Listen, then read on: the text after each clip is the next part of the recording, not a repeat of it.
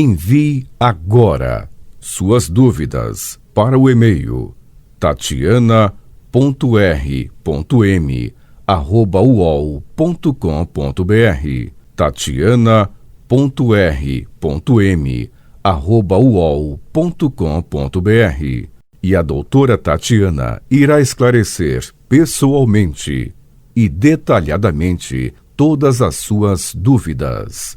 Ligue em São Paulo para 34 39 85 85. Repetindo, 34 39 85 85.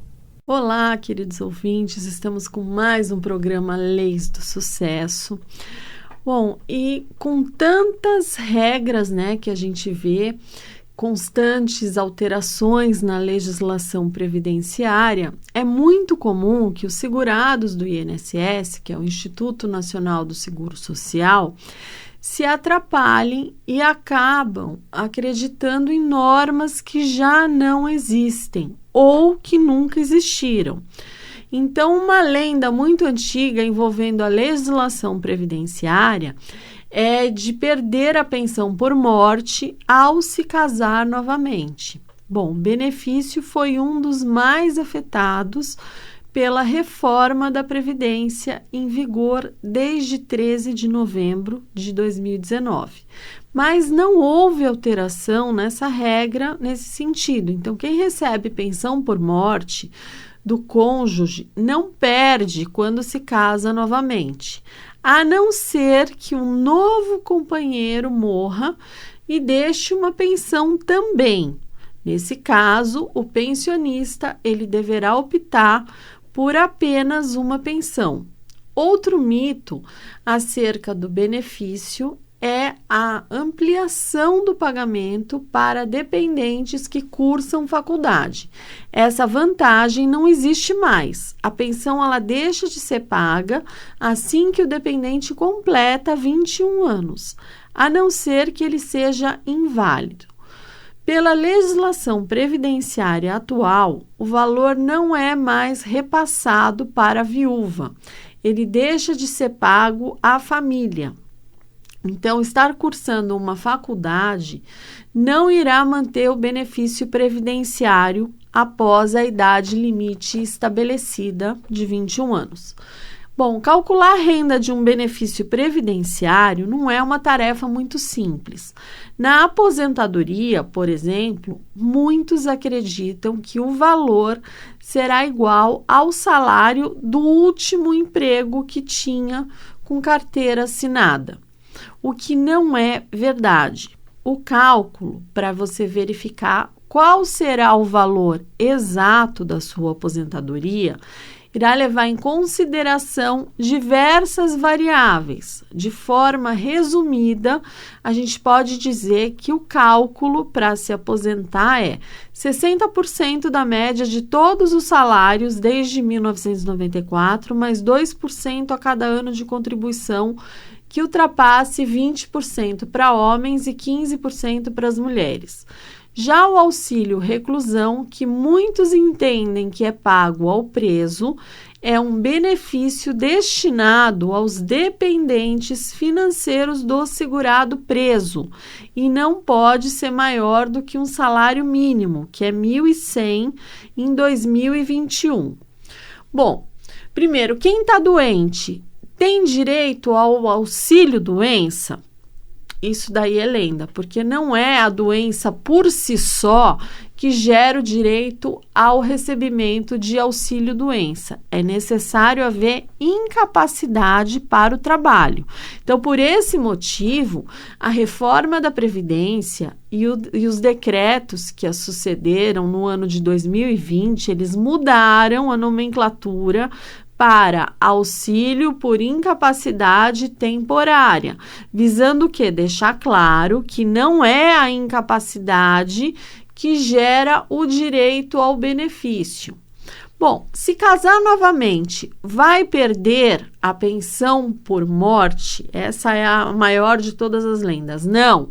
Viúvos podem casar novamente sem ter a pensão cortada. O que não é possível é receber 2 pensões por morte de um mesmo regime previdenciário. Caso o novo cônjuge morra, o pensionista terá que escolher por uma pensão, podendo optar pela mais vantajosa. Porém, há 2 hipóteses em que a pensão por morte ela pode ser acumulada com outra na qual o INSS aceita, que é a pensão do cônjuge ou companheiro do INSS, né, mais a pensão do cônjuge ou companheiro do regime próprio de previdência, que é o servidor público. Bom, ou pensão por morte do pai, mais pensão por morte do filho menor de idade ou inválido. Bom, o auxílio acidente é quando a pessoa sofre acidente de trabalho? Errado.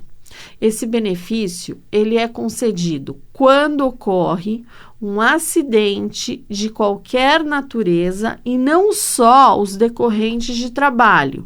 Ele visa ajudar quem teve a capacidade para o trabalho reduzida pela sequela oriunda do acidente sofrido que acabou reduzindo a capacidade de trabalho da pessoa.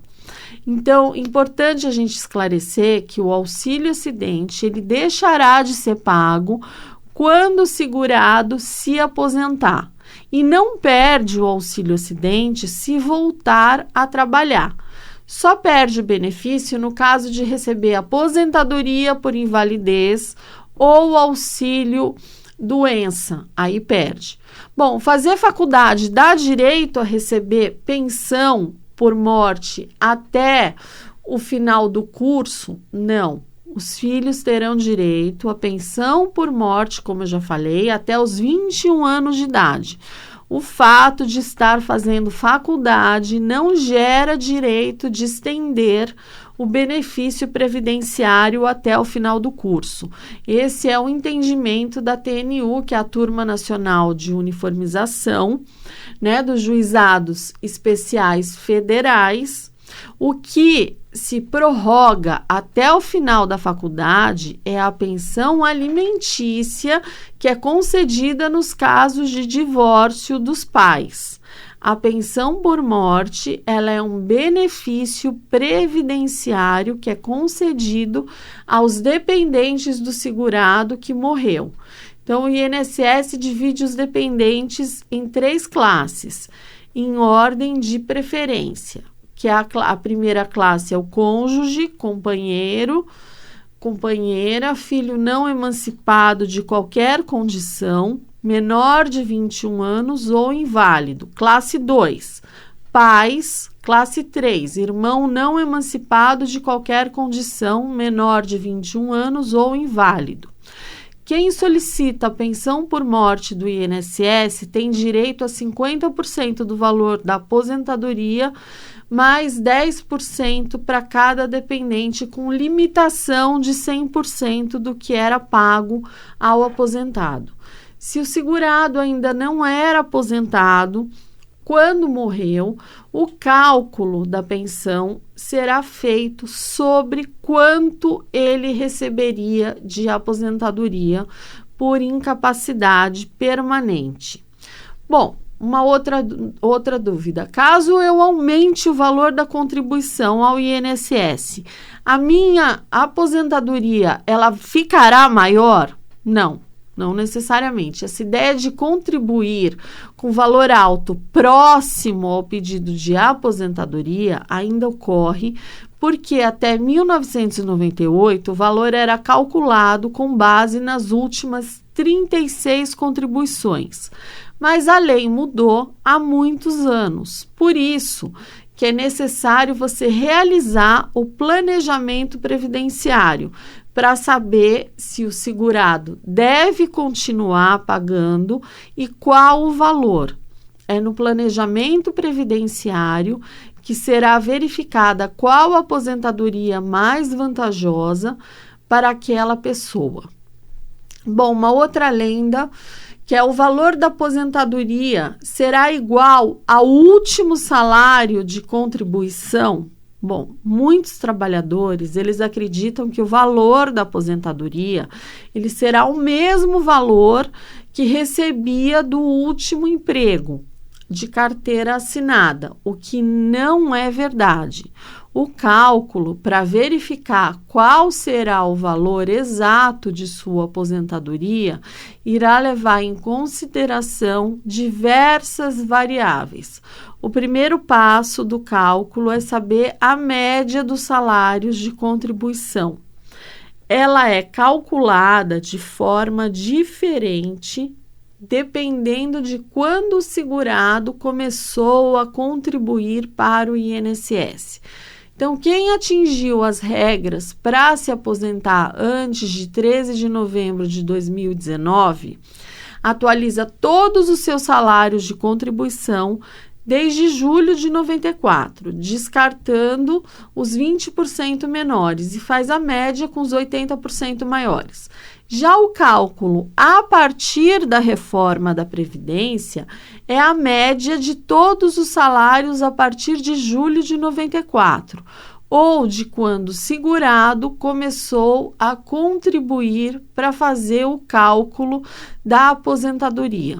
Então, dessa média, o segurado ele receberá 60% mais 2% ao ano que exceder 20 anos de tempo de contribuição para os homens e que exceder 15 anos de tempo de contribuição para as mulheres. Então, para os servidores públicos, será 60% mais 2% ao ano que exceder 20 anos de tempo de contribuição para homens e mulheres.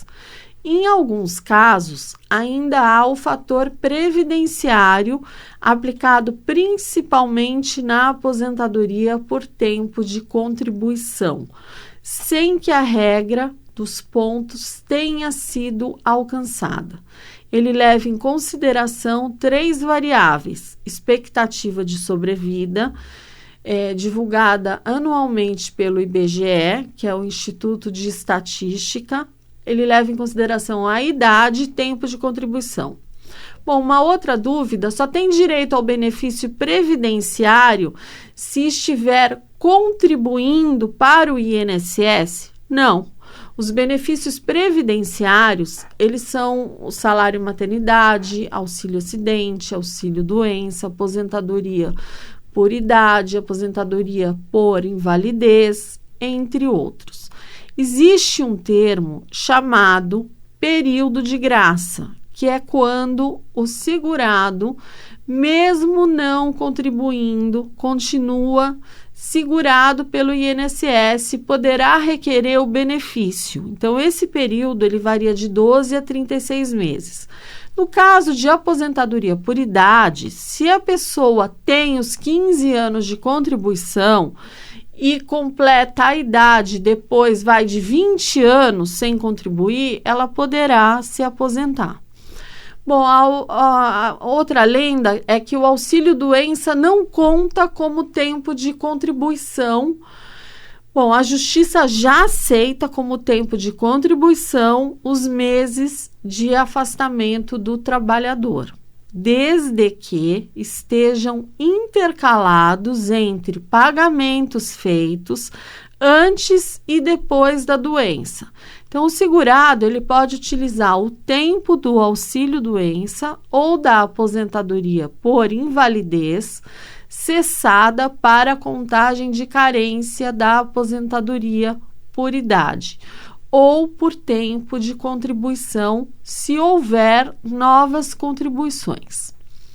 Bom, o auxílio-reclusão, ele é pago ao preso? O auxílio-reclusão, ele é um benefício destinado aos dependentes financeiros do preso, como esposa, companheira, filhos menores de 21 anos. E ele foi criado em 1960. O benefício financeiro mensal, ele é devido aos dependentes do segurado de baixa renda que foi preso, Para ter direito, é preciso ter 24 meses de atividade urbana reconhecida pelo INSS, ou seja, pagar 24 meses. Está preso em regime fechado ou regime semiaberto até 17/1/2019. E a média das suas contribuições nos últimos 12 meses antes de ser preso esteja dentro do limite estabelecido na legislação. Não receba salário ou benefício do INSS durante a prisão. Bom, quanto maior for a quantidade de filhos, maior será o valor desse auxílio reclusão. Está errado, não é nada a ver. O auxílio reclusão ele é dado a dependentes do segurado de baixa renda que está detido. Então, é uma forma de ajudar a família do preso que pagava o INSS, principalmente se ele for a principal fonte de renda do ambiente familiar. Então, filhos dependentes menores de idade, eles têm direito a esse benefício do INSS. Caso o detido tenha mais de um dependente menor de idade, divide-se o valor do benefício do INSS igualmente entre todos os dependentes. Bom, uma outra lenda é a revisão automática aos 10 anos do benefício do INSS. Bom, o INSS ele não revisa benefício, seja aposentadoria, pensão, automaticamente. Você tem que fazer a solicitação e comprovar com documentos que houve falha na concessão da renda. Tem direito a uma revisão qualquer beneficiário do INSS que não concorde com algum critério ou cálculo utilizado na concessão do benefício. Porém, seja na Justiça ou no INSS, o aposentado ele deve pedir a revisão dentro de 10 anos da concessão do benefício. O prazo começará a correr a partir da data de início do pagamento, ou seja, a partir do primeiro dia útil do mês seguinte ao primeiro recebimento. As revisões automáticas, elas são determinadas pela Justiça só quando há confirmação de que houve cálculo incorreto do INSS ou uma mudança na legislação que prejudique os segurados. Pensionistas devem ficar atentos, pois a aposentadoria que gerou o benefício também obedece à decadência. Então, é interessante revisar o benefício dentro dos 5 primeiros anos de concessão para receber todo o valor retroativo. Bom, uma outra lenda é: tenho que aceitar o valor do benefício do INSS? Bom, antes de tudo, você tem que prestar atenção em 3 dicas importantes antes de começar a receber a aposentadoria. Você vai verificar se o benefício foi dado integralmente, verificar o cálculo do valor concedido. Você não é obrigado a aceitar o valor do benefício do INSS. É comum ocorrer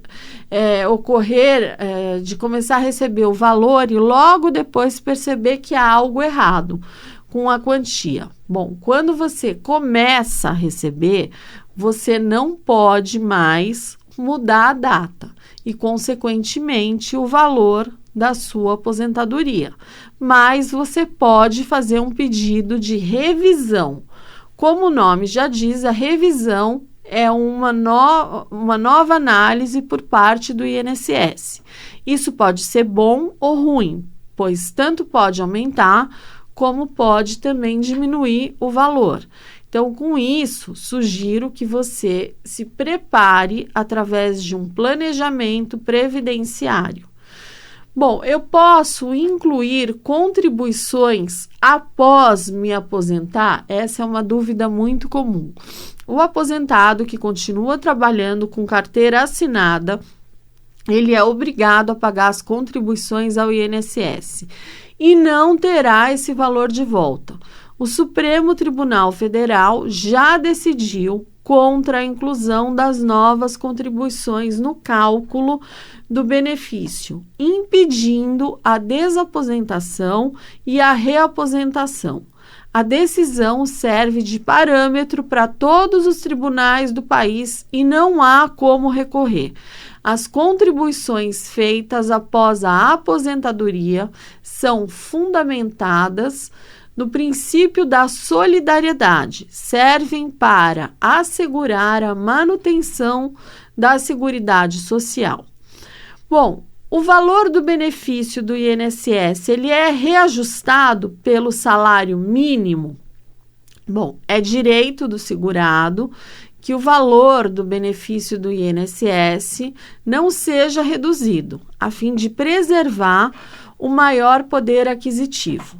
Desde o ano de 91, que beneficiários previdenciários passaram a ter os seus reajustes desvinculados do salário mínimo. A razão principal é a preservar a sua renda mensal, já que se uma pessoa se aposentou, com 5 salários mínimos, por exemplo, recebe um menor valor hoje, visto que o governo ele vem aplicando valores acima da inflação.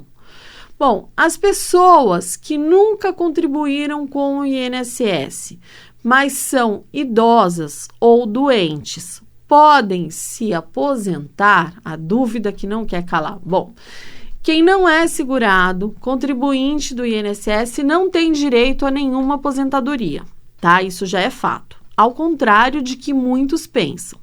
Agora, existe um benefício assistencial para o idoso acima de 65 anos, tanto homem quanto mulher, e também para o portador de deficiência. É o chamado BPC, que é o LOAS. É um benefício, como o próprio nome diz, trata-se de um benefício assistencial e não previdenciário. Dentre as suas especialidades está o fato de não gerar pensão por morte. Ele é um benefício intransferível, nem gera 13º. Também não exige nenhuma contribuição para aqueles que fazem jus. Bom, a empresa assinou a sua carteira, porém ela nunca recolheu o INSS. Então, você não pode se aposentar contando com esse período. Bom, vamos lá. Todo mundo tem presunção de recolhimento. Então, significa que mesmo não tendo recolhimentos previdenciários, você terá direito a contar como tempo de contribuição todo o período constante na carteira. Afinal, compete ao INSS fiscalizar as empresas, não os trabalhadores. Então, para evitar esse tipo de situação, o empregado poderá, uma vez por ano, conferir o seu extrato do CNIS. Lá consta se a empresa está ou não recolhendo o INSS. Esse documento é obtido através do Meu INSS e assim você saberá se o seu patrão está recolhendo suas contribuições. Então, essas são as minhas dicas de hoje. Eu vou me despedindo de vocês. Fiquem com Deus e até o próximo Leis do Sucesso. Envie agora suas dúvidas para o e-mail tatiana.r.m@uol.com.br tatiana.r.m@uol.com.br e a doutora Tatiana irá esclarecer pessoalmente e detalhadamente todas as suas dúvidas. Ligue em São Paulo para 34 39 85 85. Repetindo, 34 39 85 85.